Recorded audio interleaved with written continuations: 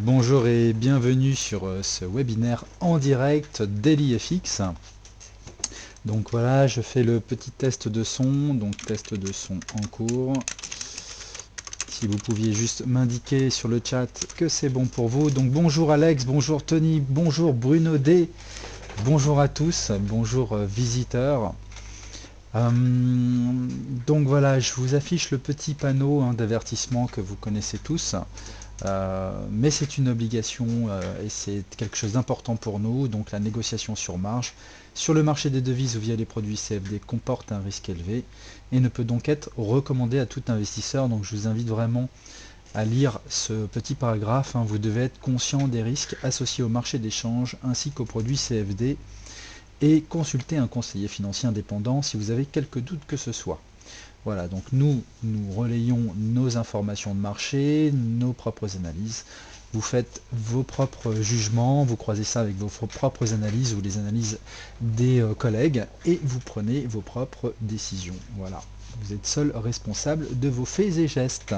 C'était important de le dire. Bonjour Alex GS, bonjour Raf Chen, bonjour Franck, bonjour Visiteur, bonjour JS Crapulus. Vous êtes nombreux et vous êtes de plus en plus nombreux et réguliers, donc merci à vous tous de me suivre.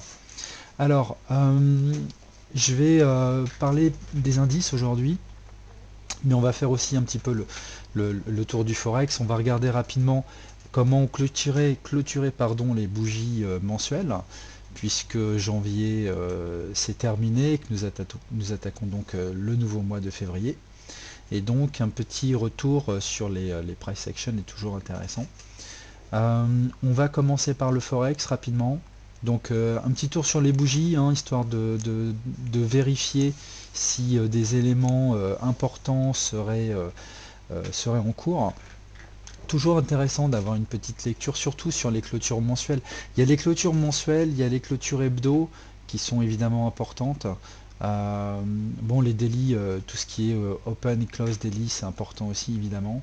Moi, je vous invite vraiment à regarder. Donc après, si vous êtes en intraday, bon, les bougies M15, je pense pas qu'il faille trop non plus leur attacher l'importance, mais les bougies en horaire déjà, c'est déjà plus instructif et les bougies H4 sont importantes. Il y a vraiment des clôtures H4 qui sont clés, notamment la bougie de 11 heures, parce que la bougie de 11 heures, elle coïncide avec la fermeture du marché Asie. Et donc c'est une bougie vraiment importante pour la suite des opérations. Alors sur l'euro USD, donc bon, on voit que les cours ont réagi sur un support. On a eu un doji qui est en même temps ce que j'appelle donc une inside bar, donc c'est-à-dire une bougie d'indécision qui matérialise souvent, enfin parfois, une structure en triangle. Donc si je devais vous donner, enfin réaliser quelques traits, donc j'espère que vous voyez tous bien l'écran. Vous voyez, on pourrait avoir donc quelque chose de ce genre-là, un trait par le haut et un trait par le bas. Et ça peut donner, vous voyez, des configurations en triangle quand on descend dans des unités sous-jacentes. Une inside bar n'a de signification que si elle est posée sur un support. Vous pouvez avoir des inside bars un peu n'importe où, à dire vrai, sur les graphes. Vous voyez, là, vous en aviez une ici. Pourquoi? Parce que vous aviez une résistance. Vous voyez, ici, une résistance qui est claire. Donc, le marché montre une indécision. On a certainement eu, en fait, au départ, un triangle, ici, qui s'est transformé en drapeau. Vous voyez, si je devais descendre en hebdo, on verrait certainement un drapeau ici de continuation. Donc en fait, une inside bar cassée par le bas, c'est ce qu'on appelle un fade, et derrière poussée haussière. Ok.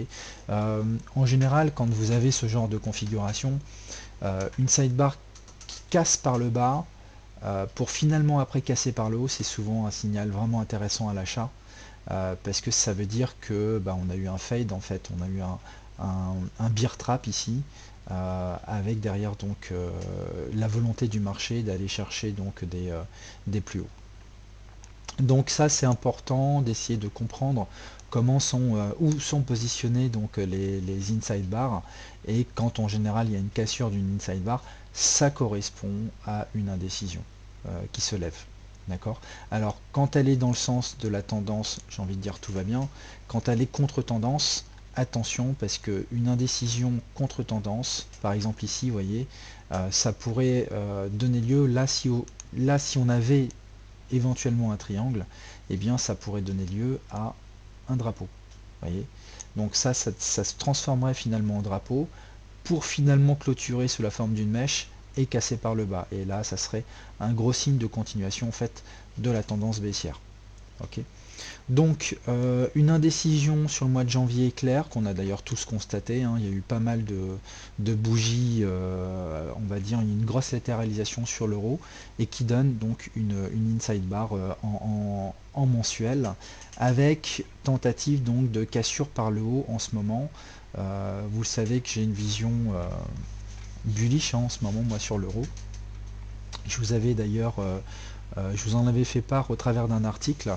On avait une fourchette haussière, on aura l'occasion de le voir en journalier. Si l'euro est bullish, c'est pas terrible pour les indices évidemment européens, qui eux au contraire sont plutôt inversement corrélés avec l'euro. Et donc un euro bullish est plutôt un mauvais signe pour les indices européens. Alors, après on aura le temps de voir dans les vues court terme, mais je veux prendre le temps avec vous de regarder un petit peu comment se sont clôturées donc les bougies mensuelles.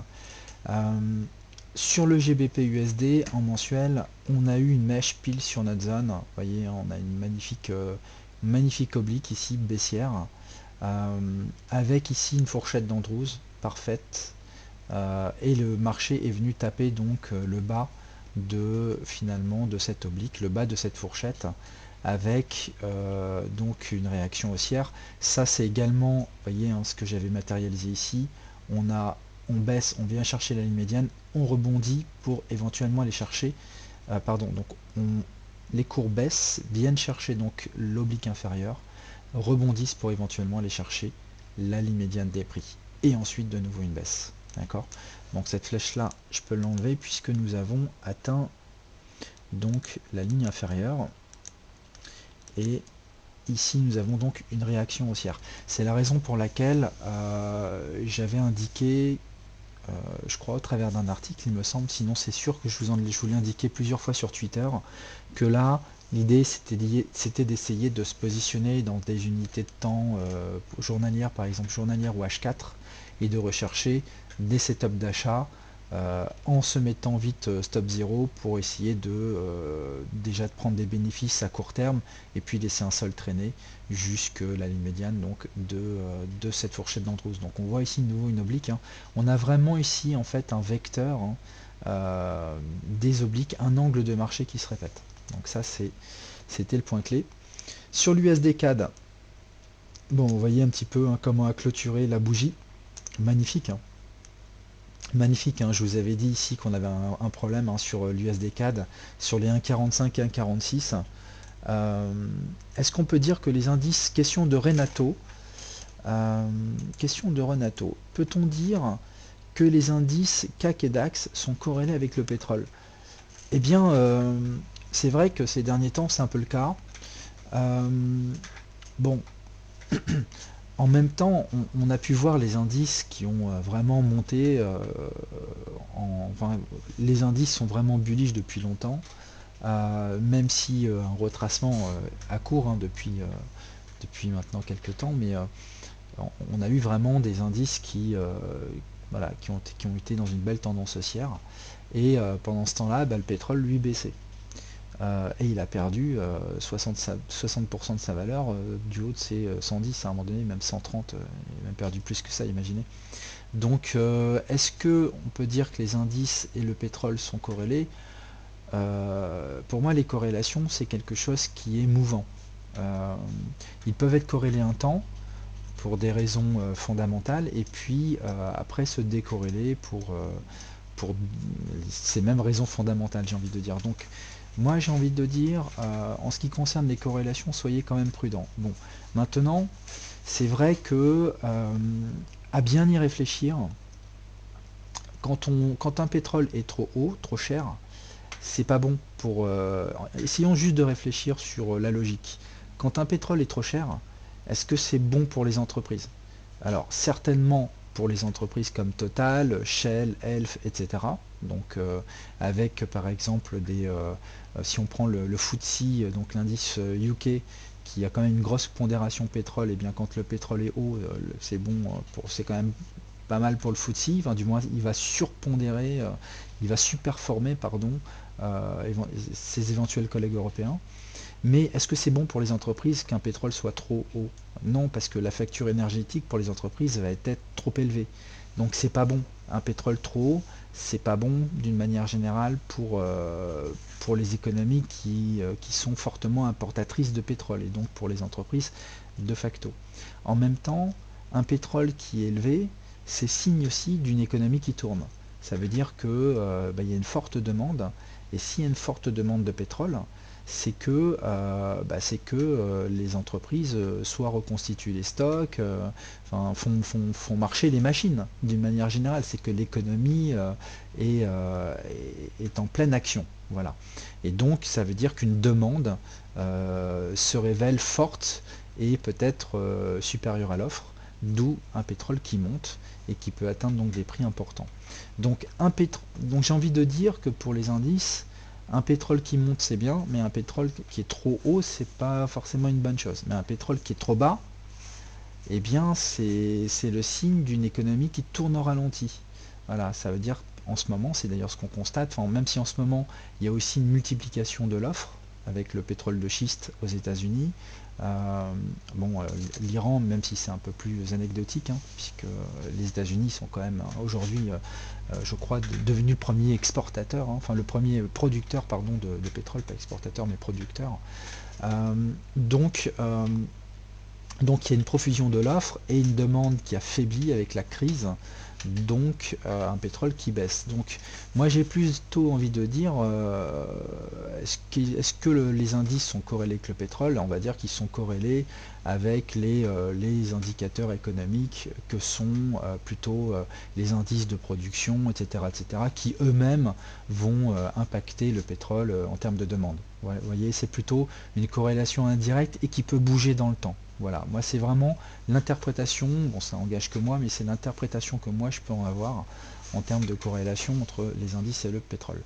Alors revenons sur l'USD-CAD, parce que pour le coup, l'USD-CAD, lui, est inversement corrélé au pétrole, puisque l'USD-CAD, le Canada, c'est une valeur, en fait c'est un pays qui exporte, hein, qui est producteur de pétrole. D'accord? Ils font beaucoup de gaz de schiste, de pétrole de schiste, etc. Donc c'est une valeur qu'on a l'habitude de dire, c'est une valeur pétrole. D'accord? Donc il y a une vraie corrélation inverse entre l'USD-CAD et donc le pétrole. Donc quand on voit l'USD-CAD qui a atteint un sommet sur les 1,45, 1,46, et on peut voir, hein, on a ici, il a eu la constitution, vous vous souvenez, quand à un moment donné, on avait la bougie qui était là-haut, et je vous avais dit, vous verrez comment on va clôturer à la fin du mois. Sur un niveau pareil, avec un haut de fourchette, convergence donc de deux résistances, euh, avec un objectif de flat potentiel, vous verrez comment la bougie va se terminer, et vous avez vu comment elle s'est terminée. C'est pour ça que sur Twitter, j'ai balancé plein de propositions en fait de short, hein, sur l'USD-CAD avec des renforts, si vous avez suivi ça. Donc on a une étoile du soir qui est donc un signe que le marché a vraiment trouvé ici une forte résistance, donc sur les 1,46, 1,45, 1,46, avec donc un retracement possible. Quand vous avez une étoile comme ça, c'est qu'il y a eu des prises de bénéfices et certainement aussi des vendeurs qui sont intervenus sur ce seuil. D'accord? Donc moi je m'attends encore à un USD-CAD baissier. Alors on peut remonter, hein, en général. C'est pas rare, hein, de voir un marché qui vient revisiter la mèche. D'accord? Dans ce genre de choses, vous avez cette bougie, les 50% de cette bougie vont faire résistance.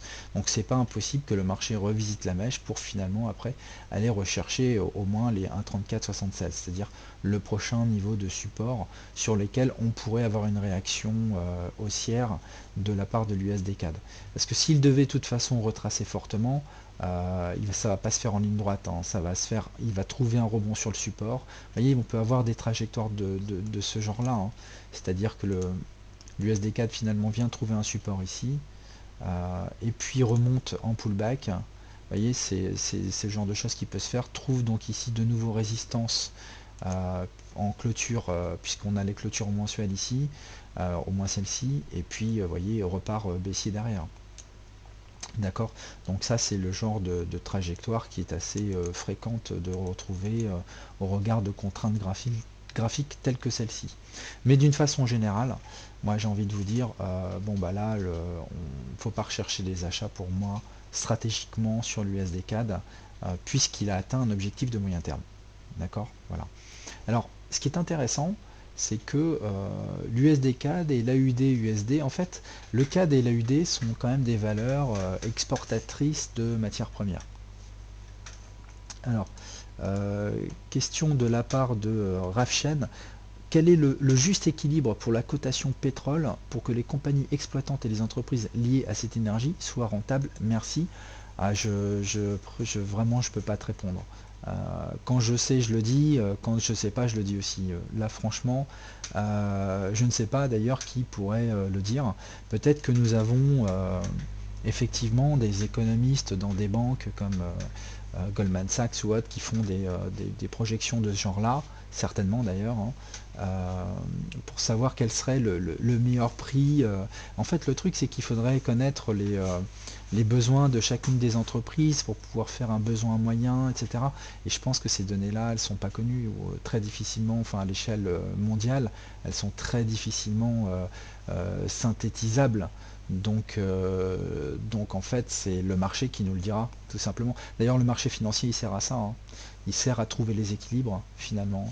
Quand vous avez un euro qui baisse, c'est que le marché juge que pour l'économie européenne, il faut que l'euro soit plus bas. Et puis quand à un moment donné, les indicateurs reprennent de la vigueur, eh bien l'euro s'apprécie. Donc le marché est toujours à la recherche d'un équilibre des prix qui correspond à une certaine forme de stabilité finalement économique d'un point de vue général. D'accord. C'est pour ça que c'est bon, on parle de l'offre et la demande, mais c'est aussi tout le temps la recherche d'un équilibre. Voilà. Donc comme dit Visiteur, pour le pétrole, c'est très différent d'un pays à un autre. Bon voilà, moi je ne sais pas répondre à cette question, je ne sais pas si des analyses ont été faites sur le sujet, mais en tout cas, c'est vrai que si on savait cette information, ça nous aiderait évidemment sur les marchés financiers, mais je fais confiance au marché pour aller chercher de lui-même cette valeur. Alors, oui, donc l'USD-CAD. Donc si l'USD-CAD est baissier, on peut se dire que l'AUD-USD, lui, est quand même un peu en général inversement corrélé à l'USD-CAD. Ça peut se comprendre même si ils n'exportent pas forcément les mêmes choses, ou du moins sur les mêmes niveaux. Mais bon, l'Australie, c'est un pays fortement exportateur, ils exportent beaucoup en Chine.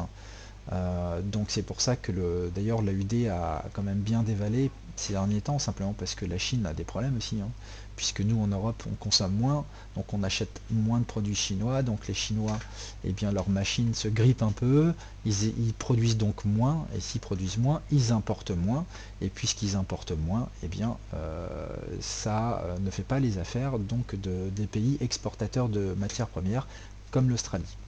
Euh, donc, si l'USD CAD vient à baisser, sachant que le CAD et l'Australie, le Canada et l'Australie sont des valeurs exportatrices, eh bien, ça veut dire que les valeurs exportatrices de matières premières se renforcent. D'accord. Puisque l'USD CAD baisse, ça veut dire que le dollar canadien se renforce face au dollar américain.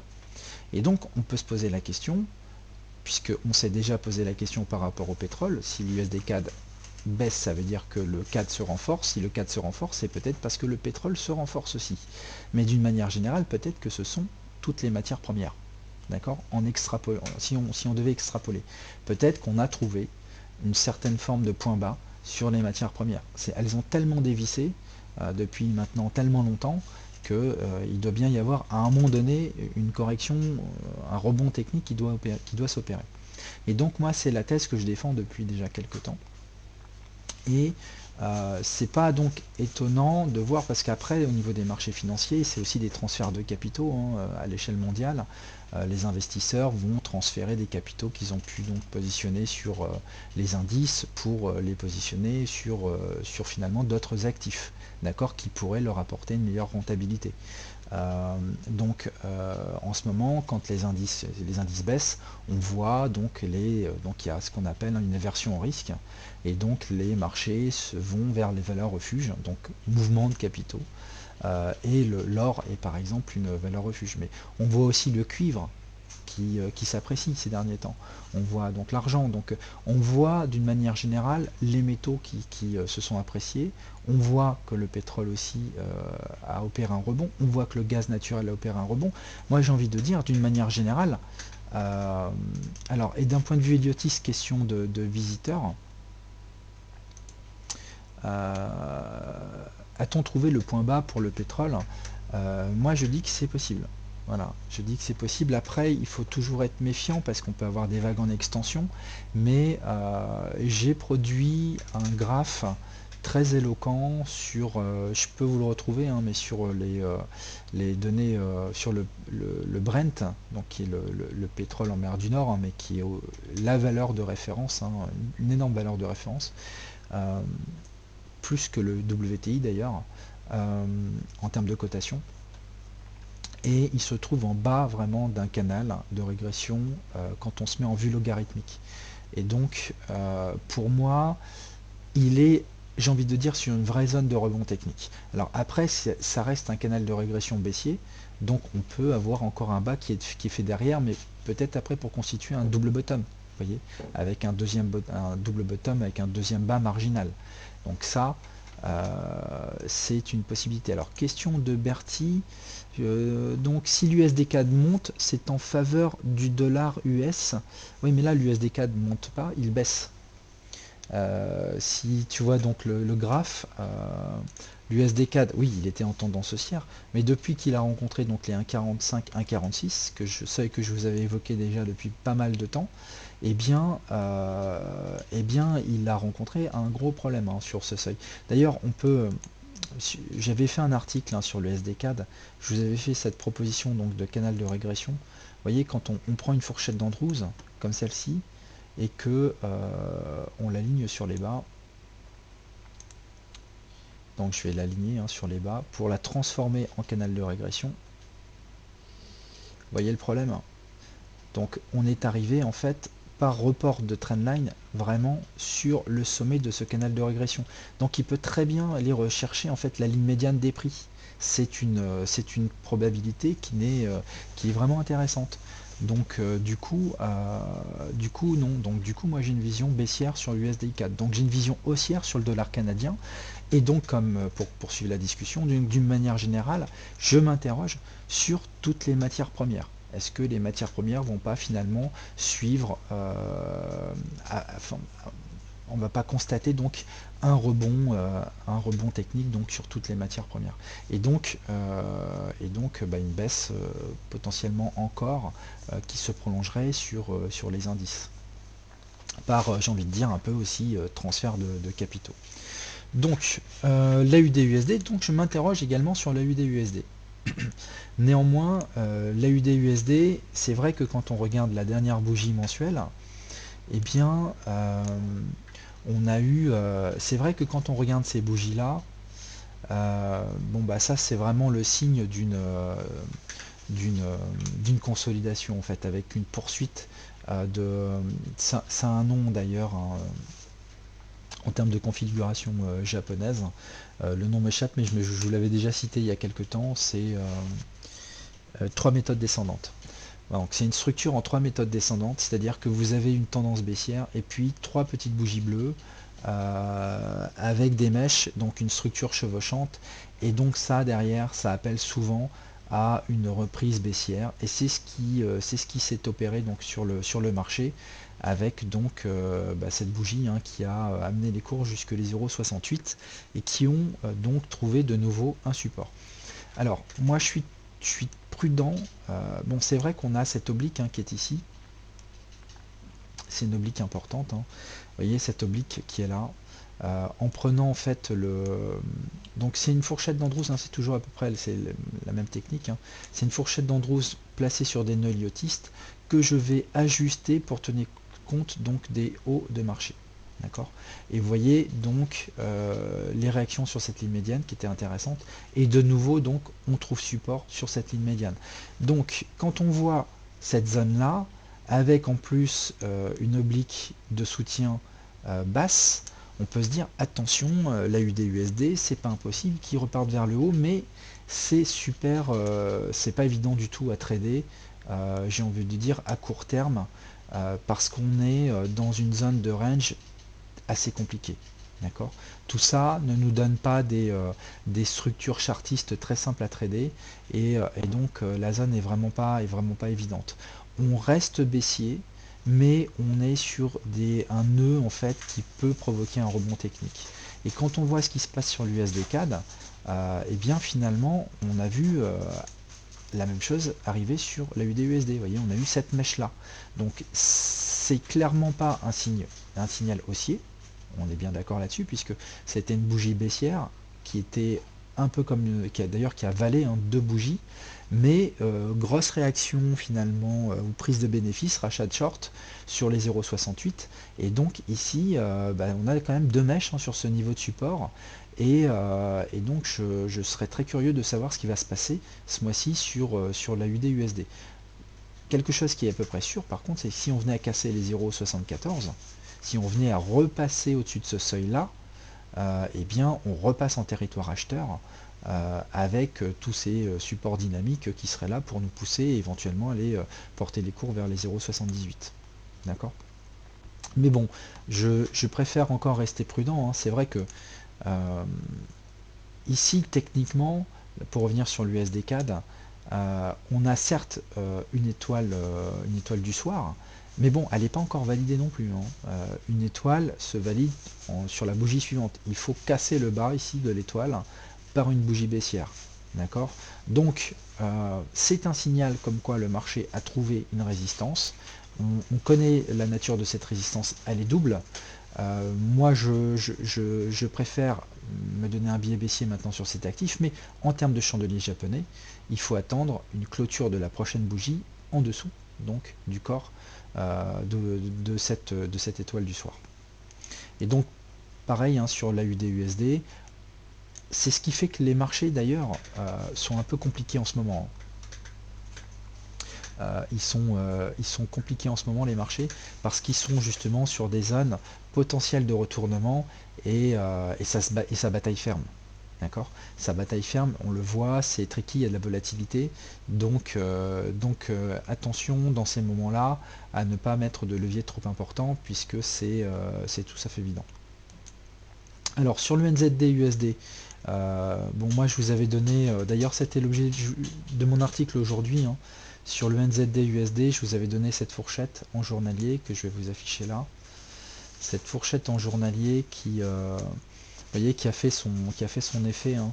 On était ici au moment où j'avais écrit mon précédent article qui datait d'il y a à peu près 2 semaines, sur un peu plus d'une semaine en fait, sur le NZD, et j'avais dit que au vu de cette configuration là, eh bien on avait une zone de rebond technique sur le NZD USD en journalier.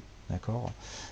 Et donc là on assiste à une poussée haussière. Est-ce que là, je ne vais pas détailler mon article, hein, je vous invite à y aller. Je parle du NZD parce que c'est aussi évidemment une valeur matière première. Mais donc le NZD USD, on va dire par rapport à action-réaction, hein, vous avez un canal de régression, donc une ligne d'action, une ligne de réaction, il va aller rechercher l'axe médian des prix. Et l'axe médian des prix, ça va correspondre également à un retour des prix sur le haut de cette fourchette d'Andrews. Donc zone d'arbitrage, clair. C'est-à-dire qu'ici, je ne sais pas dire ce qui va se passer, on a des résistances, on peut être dans un scénario idiotiste en A, B et C, donc aller rechercher un plus haut là-haut, ok.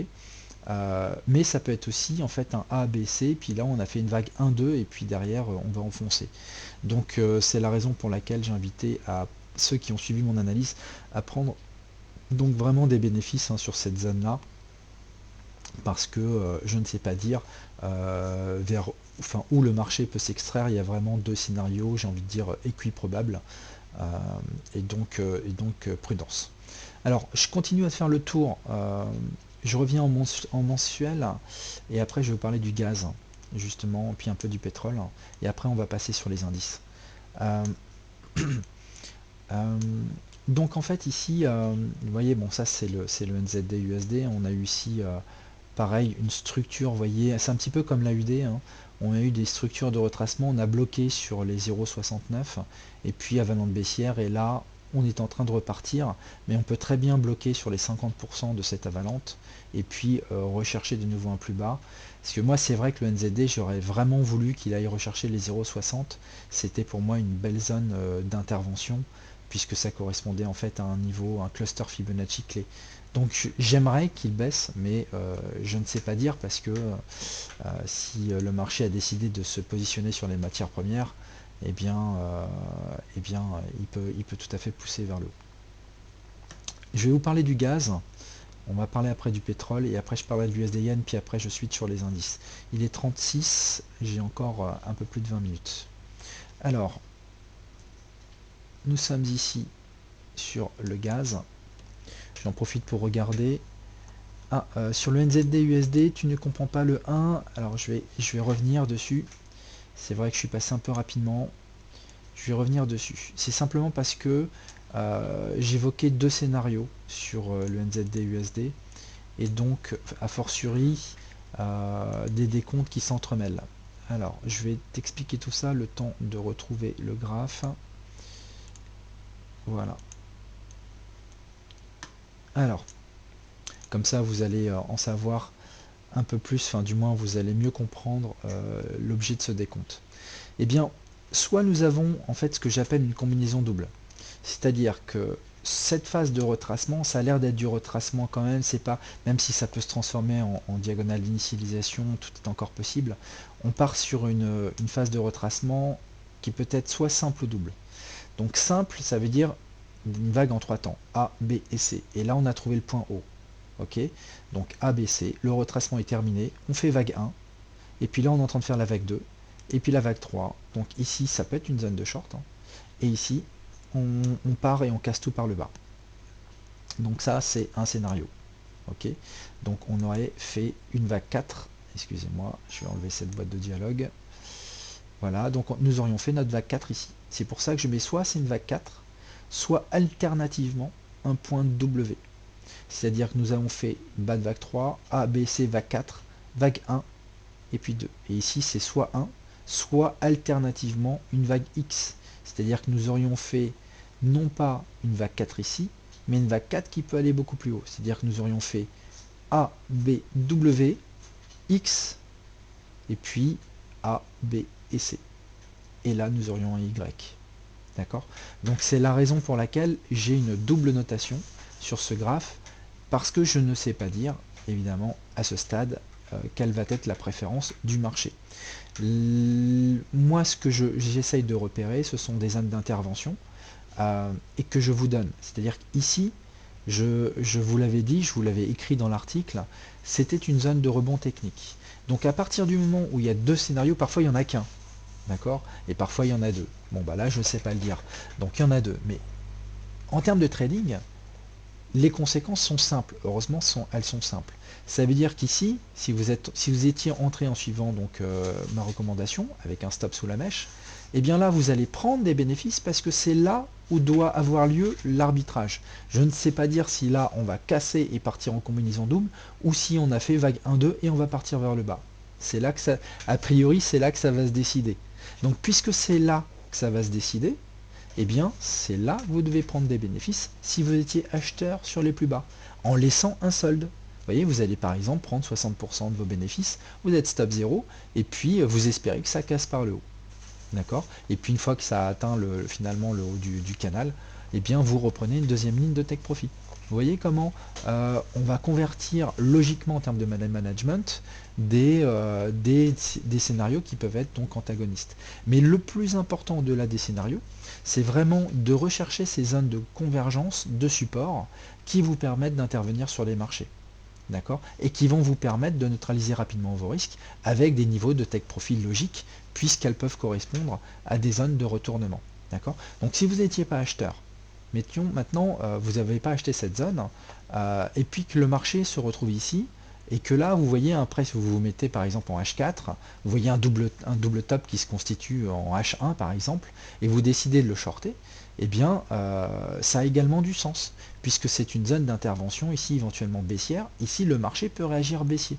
L'important, finalement, au-delà des scénarios, c'est d'avoir un money management qui vous apporte du reward. D'accord? Et votre reward ici, bah, ça va être de dire, bah, si j'ai une petite structure qui me permet d'avoir un stop serré, eh bien très bien. Quand je vais revenir par exemple sur cette zone de support, je vais prendre une ligne de bénéfice. Ou je vais prendre une ligne de bénéfice ici, puis je vais me viser ça de toute façon en objectif, c'est-à-dire un retour par action-réaction vers la ligne médiane. Vous voyez, vous pouvez avoir plusieurs stratégies et des scénarios antagonistes. L'important, c'est de déterminer les seuils de retournement des cours, ces zones d'intervention qui vont vous permettre finalement une extraction des cours rapide par rapport à votre point d'entrée pour éliminer le plus rapidement possible le risque que vous avez sur cette position. D'accord? C'est vraiment l'enjeu pour moi. C'est vraiment ça la différence entre le trading et l'analyse. L'analyse essaye de se donner des biais, j'ai envie de dire, court, moyen et long terme. Le trader, lui, va être très pragmatique. Et il va se dire, bah oui, mais c'est pas parce que parfois il y a une indécision analytique qu'on ne peut pas le trader. L'important, ce sont les zones d'intervention, celles pour lesquelles on a une probabilité de retournement assez intéressante, qui vont nous permettre d'entrer avec des stops serrés et du reward. Ok. Alors, donc je voulais vous parler du gaz naturel. Alors, le gaz naturel, le gaz naturel. Alors, je vais mettre en hebdo. Alors déjà en hebdo, vous voyez, en hebdo, on est là. Donc ce graphe, j'en avais fait un bel article. J'avais expliqué à l'époque, le marché était juste ici, j'avais expliqué à l'époque, attention ça là, les 1740, vous devez vous en souvenir si vous me suivez régulièrement, j'avais dit quand le marché est arrivé là, j'avais dit là attention, c'est une zone de rebond vraiment intéressante.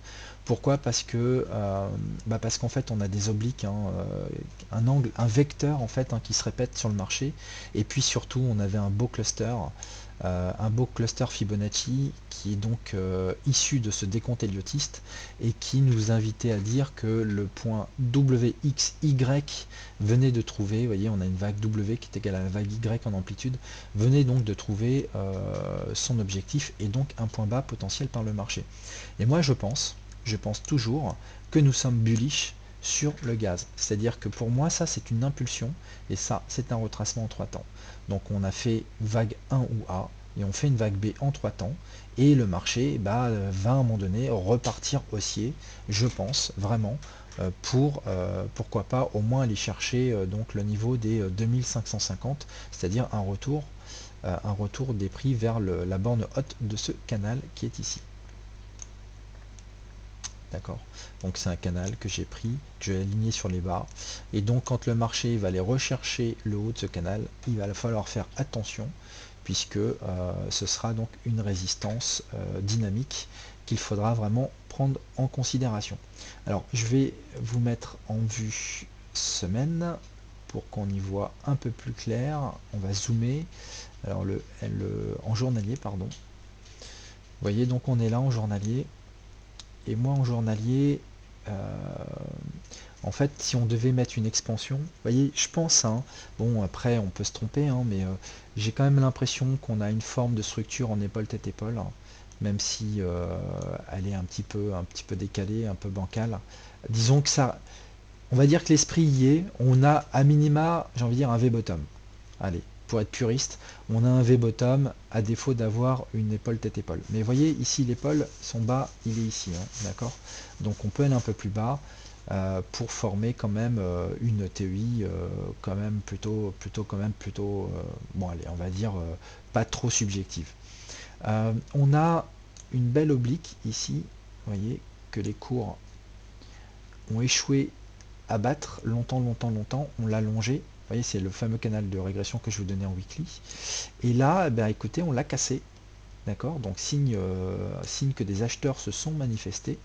Et on va arriver bientôt en pullback dessus. Vous voyez, ici, on a eu un premier pullback. Et bingo, derrière réaction haussière.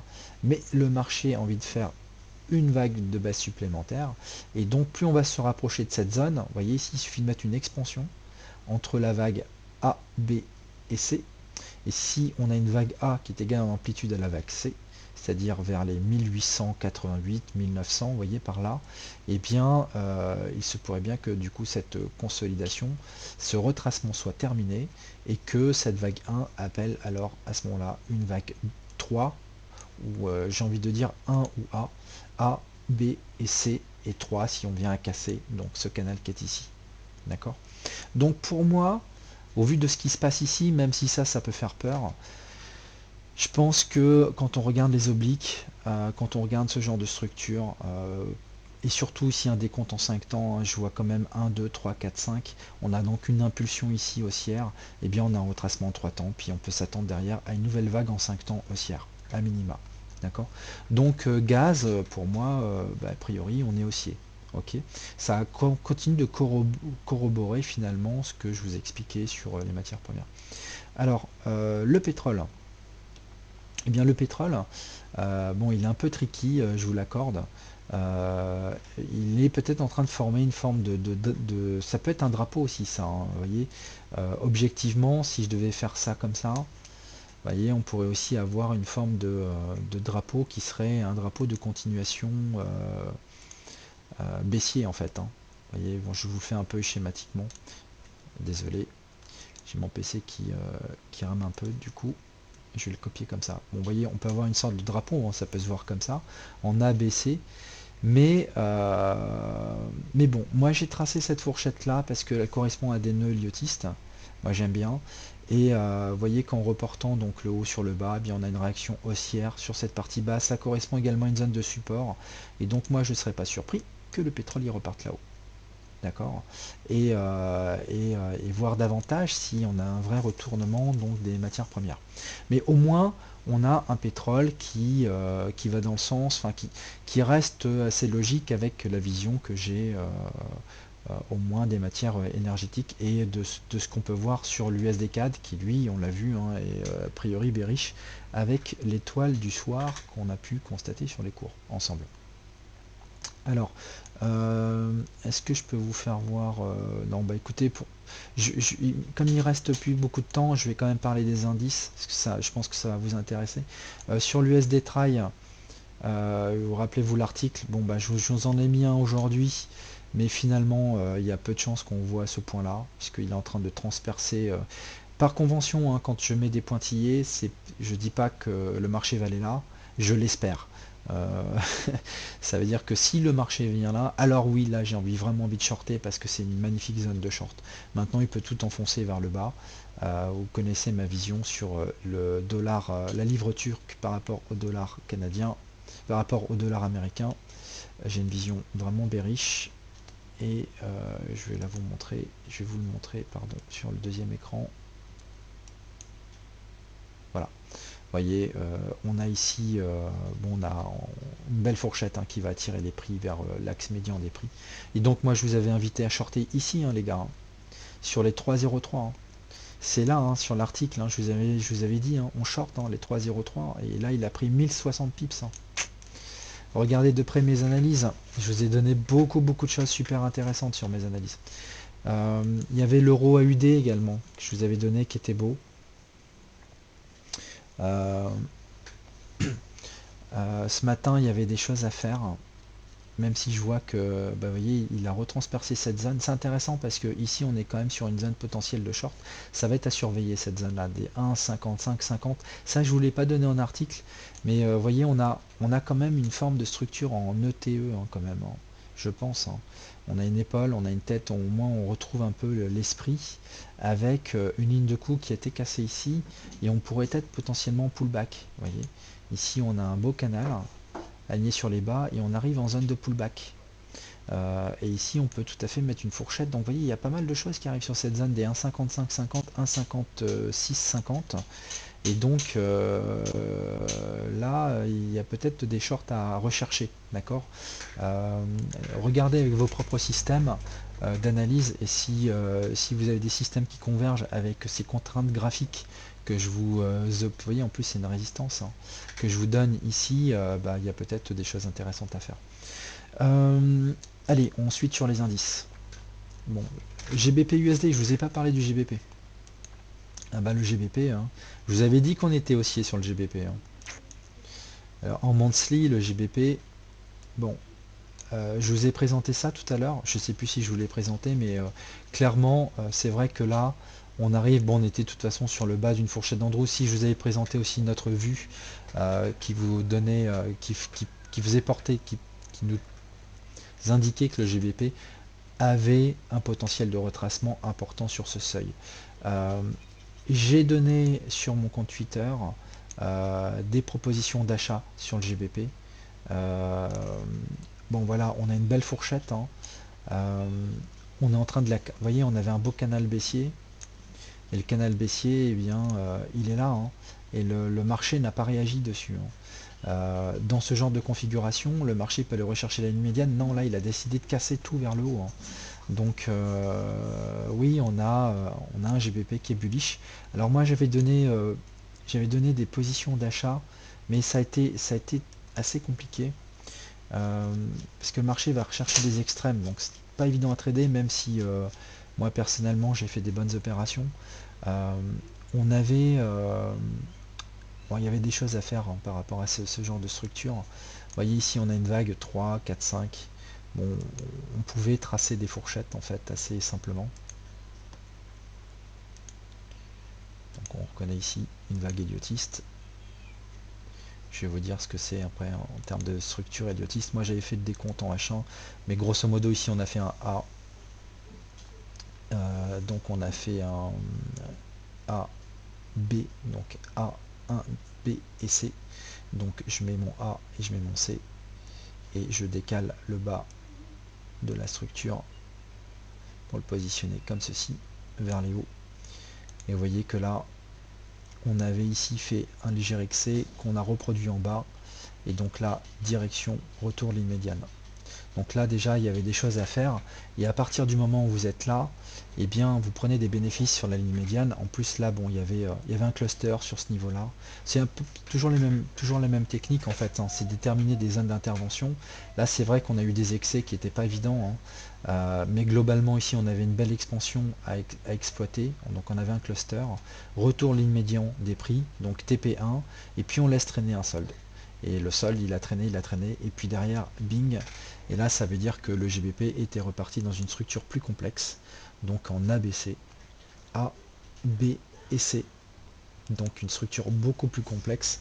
Là on était dans quelque chose de réellement tricky, mais en même temps, faut pas s'étonner, parce que on est dans une tendance ultra bearish sur le GBP, et donc il faut pas croire une seule seconde que le marché va nous donner des points d'entrée swing comme ça facilement. D'accord. Surtout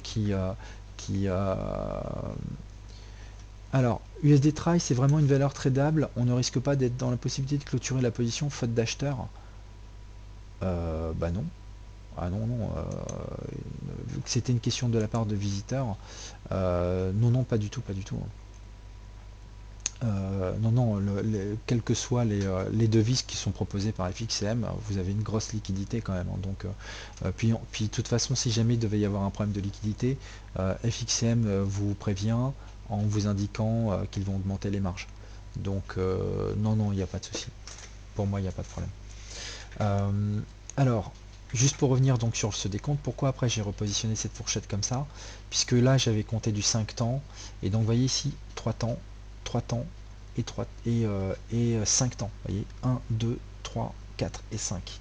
Donc on a bien une structure en A, B et C, ou en W, X et Y si vous voulez. Et donc ici on repositionne la fourchette avec, même si moi je ne l'ai pas tradé personnellement, avec un retour sur la ligne médiane. Et vous voyez comment la ligne médiane a refoulé les prix. Mais bon, là, on casse tout par le haut. C'est-à-dire qu'ici, on avait tout pour être baissier hein, sur le GBP. Regardez bien. Hein. C'est important de voir ça. Hein. C'est-à-dire qu'ici, on était sous résistance. D'accord. On avait une zone de résistance. Les 1,4450, j'avais indiqué hein, sur Twitter, résistance à casser. Donc, on a une résistance chartiste. On a la ligne médiane de cette fourchette, donc c'est une résistance dynamique. On a le haut de ce canal baissier. Donc on a 3 niveaux de résistance. Oui, c'est logique qu'on ait retracé, mais le fait que derrière on repasse au-dessus et qu'on reprenne appui, vous voyez comment les cours ont repris appui et derrière, bing, on recasse tout en impulsion, bah, ça veut dire que le GBP, il est bullish, tout simplement. Les haussiers, il y a un retournement pour le moins clair sur le GBP USD. C'est le moins qu'on puisse dire. Donc, bah, les haussiers, maintenant, si vous tradez donc, dans du H4, les haussiers, partez du principe que les haussiers ont la main jusqu'à preuve du contraire. D'accord. Alors, il y a l'euro également, l'euro qui est super tricky. Bah, vous voyez, l'euro, je vous avais dit qu'on était bullish hein, sur l'euro. Pour le coup, on avait un vrai triangle. Donc on a fait simplement une vague A, une vague B, et donc là on attaque. Hein. Donc moi j'attends la zone des 1,13. Voilà, pour être clair, je suis très content parce que c'est exactement ce que j'espérais. C'est une vraie cassure. On était en territoire haussier, je l'avais indiqué. Sur Twitter, j'avais dû vous en parler sur le dernier webinaire. De toute façon, je vous dis depuis quelques temps que je recherche plutôt des achats sur l'euro qu'autre chose. Parce que quand on voit un mouvement d'impulsion comme celui-là, et puis des retracements, une latéralisation, avec formation d'un triangle, eh bien c'est que c'est une vague B avec toutes les chances qu'on casse par le haut. Donc en mettant maintenant une expansion, eh bien vous voyez que les 100% nous amènent sur les 1,13. Bon, maintenant on bloque sur la ligne médiane, d'accord, donc c'est une résistance. On est sous résistance également chartiste, donc là pour le coup cherchez vraiment pas d'achat, hein. Les achats c'était ici, hein, d'accord, c'était ici avec un stop qui était clair. Maintenant qu'on est là, il n'y a plus rien à faire. D'accord, je préfère et même pas shorter ici, hein, parce que Elliott nous dit que ça peut aller plus haut.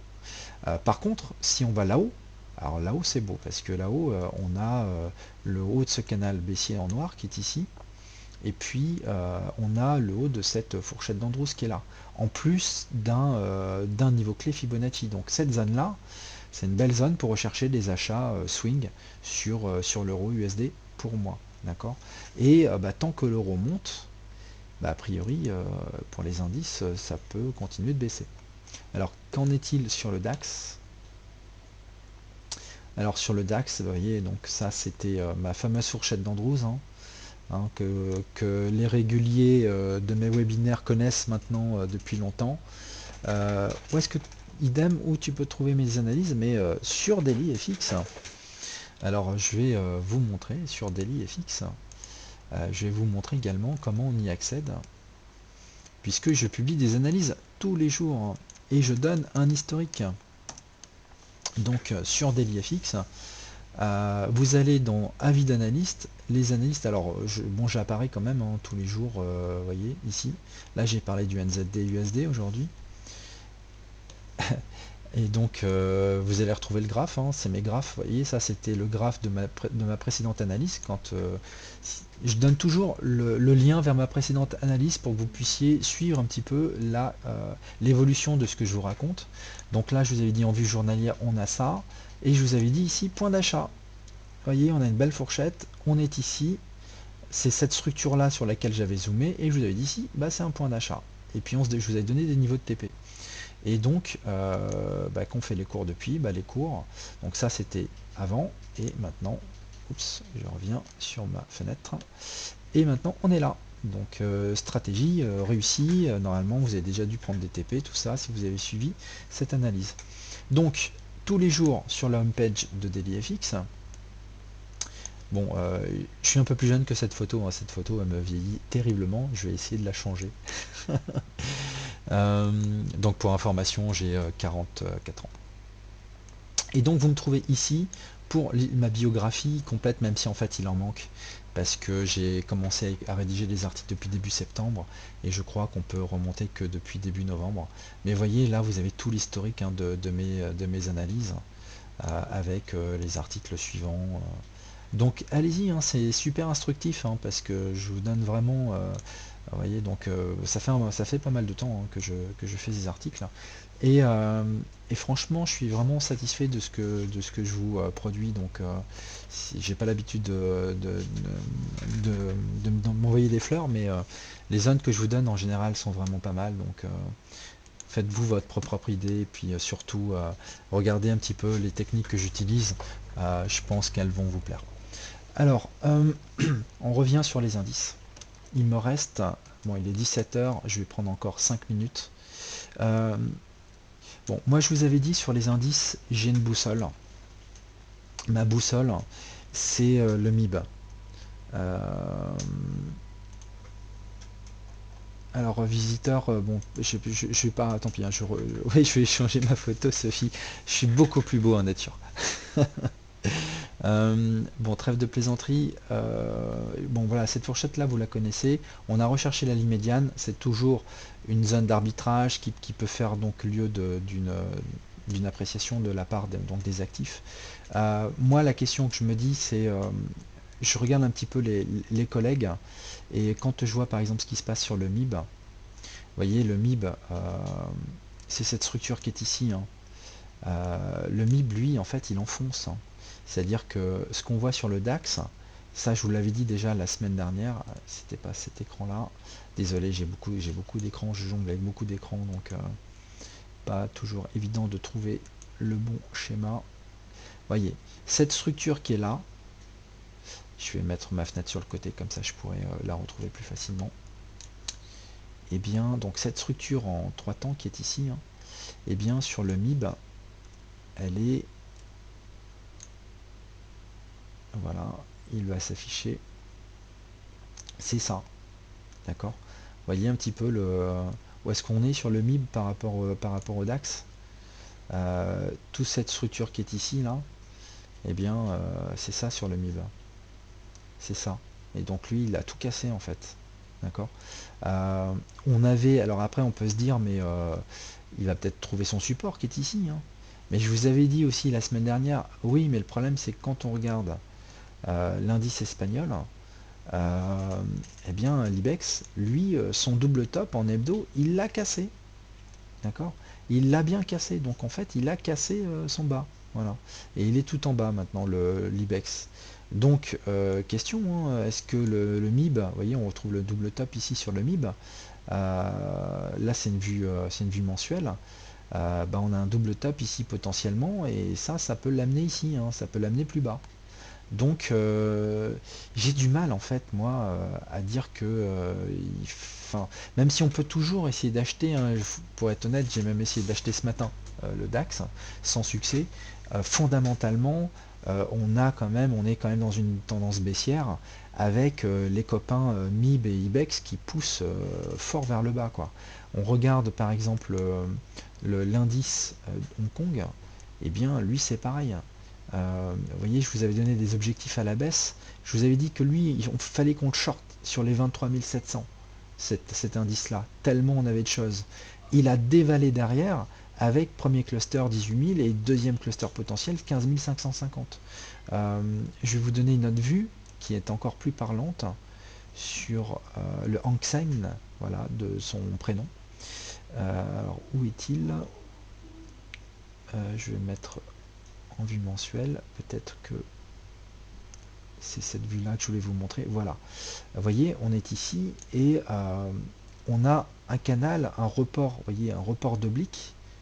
Et bien on casse l'oblique, donc et puis en plus on voit nettement qu'on a fait ici une belle vague d'impulsion, donc en fait une vague A, une vague B, et bah, si on devait prendre la même amplitude pour cette vague, hein, parce que finalement qu'est-ce qu'on est en train de faire là?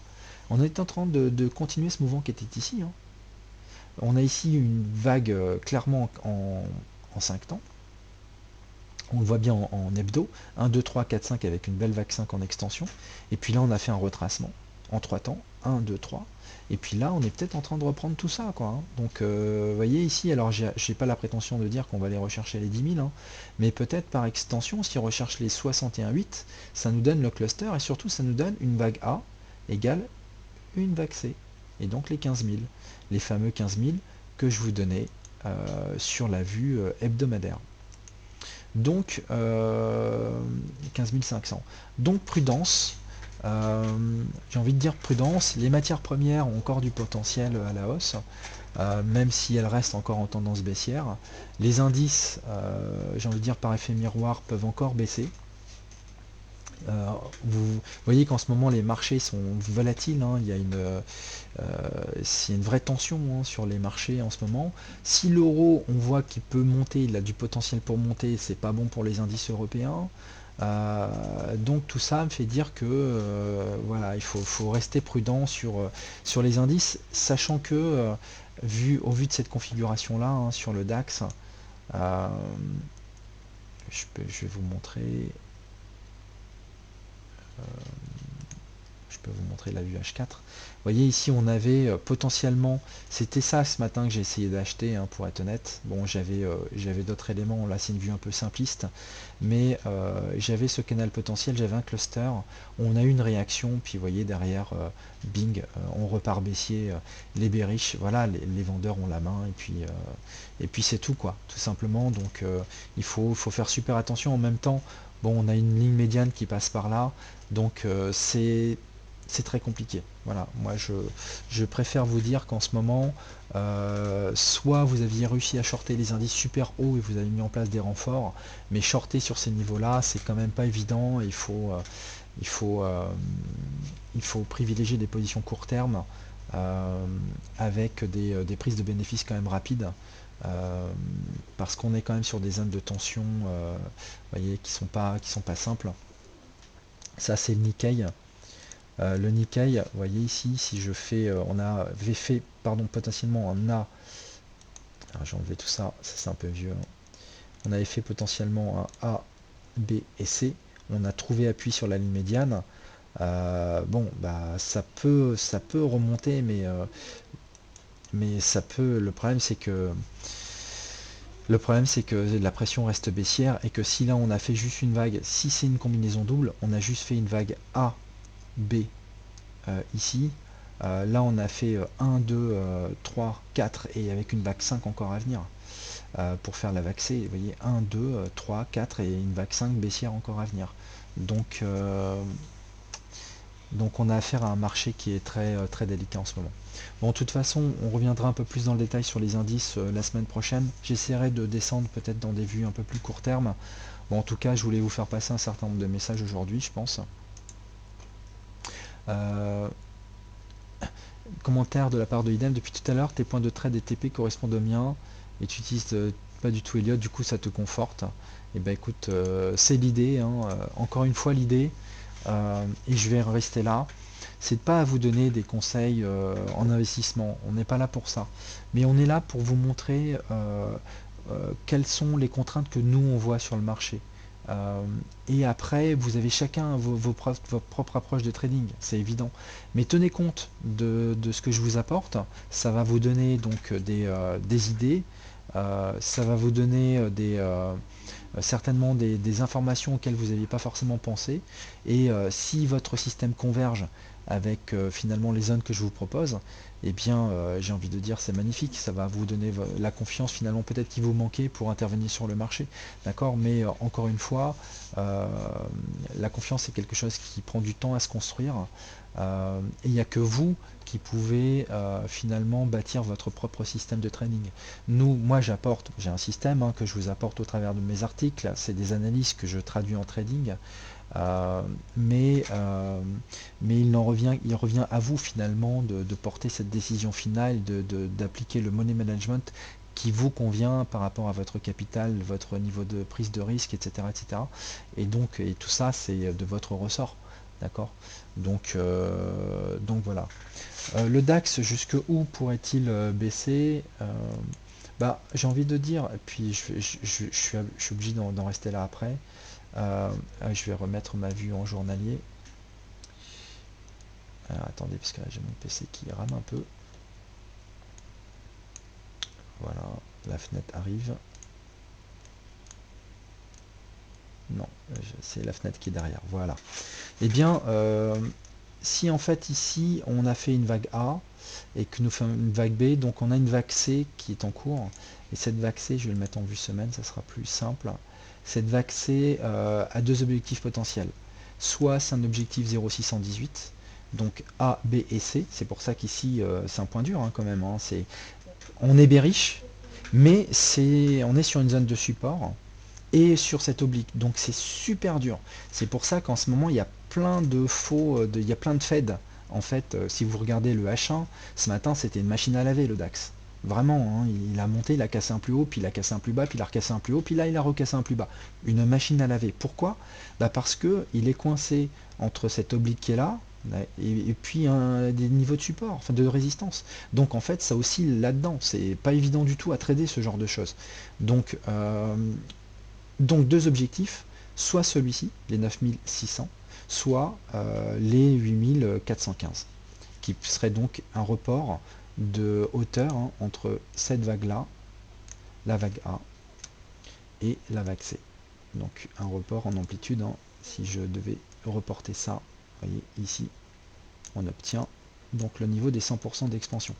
Ok, donc ça serait pour faire un zigzag en A, B, C, et à ce moment-là, on regardera ce qui va se passer sur le MIB et sur l'IBEX, parce que si sur les autres indices, eux, ils continuent de casser tout par le bas, et eh bien c'est que on peut aller chercher le niveau encore plus bas, même si je n'y crois pas, puisque après on a nos vues mensuelles, hein, sur le DAX, et nos vues mensuelles nous disent quand même que il y a des zones d'intervention quand même sympathiques. Vous voyez ici, j'ai représenté, hein, on aurait donc vague A, B et C qui nous emmènerait ici.